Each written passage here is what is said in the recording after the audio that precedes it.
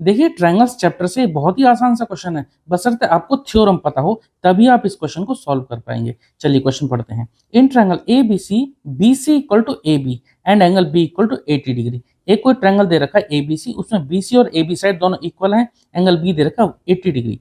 तब हमें angle A पता करना है। तो चलिए पहले तो इसका फिगर बनाते हैं, फिर सॉल्व करेंगे। तो देखिए फिगर हमने यहाँ बना लिया। यहाँ गिवन है BC इक्वल टू AB, तो BC और AB ये दोनों इक्वल हैं, तो यहाँ हम इस तरह से मार्क कर देते हैं BC equal to AB। Angle B दे रखा है 80 डिग्री, तो हमने लिख लिया। अब हमें पता करना है एंगल A, ये एंगल कितना होगा। आपको एक बात समझनी होगी उस थ्योरम के अकॉर्डिंग कि अगर दो साइड इक्वल है, जैसे यहाँ पर ये साइड और ये साइड इक्वल है, तो इन दोनों साइड के अपोजिट एंगल वो आपस में इक्वल होंगे। जैसे यहाँ पर ये एंगल है BC के अपोजिट ये, और AB के अपोजिट एंगल है ये, तो ये दोनों एंगल आपस में इक्वल होंगे।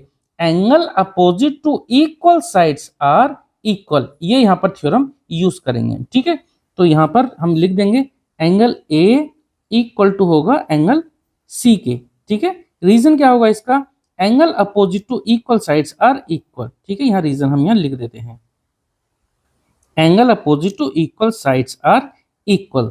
तो angle A equal to angle C हो गया।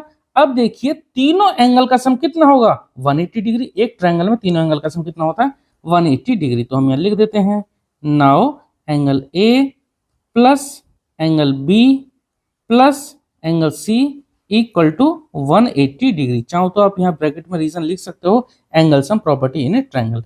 अब देखो एंगल A और एंगल C दोनों इक्वल हैं। जब दोनों इक्वल हैं तो हम एंगल C को भी हम एंगल A नाम दे सकते हैं। तो एंगल A को तो हमने ऐसे ही रहने दिया, और एंगल B की जगह हम लिख देते हैं कितना, 80 डिग्री। प्लस एंगल C, क्योंकि हमारा एंगल A के बराबर है तो इसको भी हम एंगल A नाम दे देते हैं। अब आपके मन में ये भी तो आ रहा होगा कि एंगल C भी तो दे सकते थे। बिल्कुल दे सकते थे। अब क्योंकि हमसे एंगल A पूछा है तो दोनों को ही हमने एंगल C और एंगल A तो एंगल A के फॉर्म में था, एंगल C को भी हमने एंगल A के फॉर्म में लिख लिया। ठीक है, अब एंगल A और एंगल A क्या हो जाएगा, twice of angle A, 2A, एक तरह से समझ लो आप, इक्वल टू 180 डिग्री। और 80 को उधर पहुंचाएंगे तो माइनस का 80 डिग्री। 180 में से 80 माइनस करेंगे कितना आ जाएगा, ये 100 डिग्री। अब एंगल A पता करना है, एंगल A के साथ ये 2 मल्टीप्लाई में, तो दूसरी तरफ जाएगा डिवाइड में, तो यहाँ हम डिवाइड में पहुंचाए थे, कितना आ जाएगा 50 डिग्री।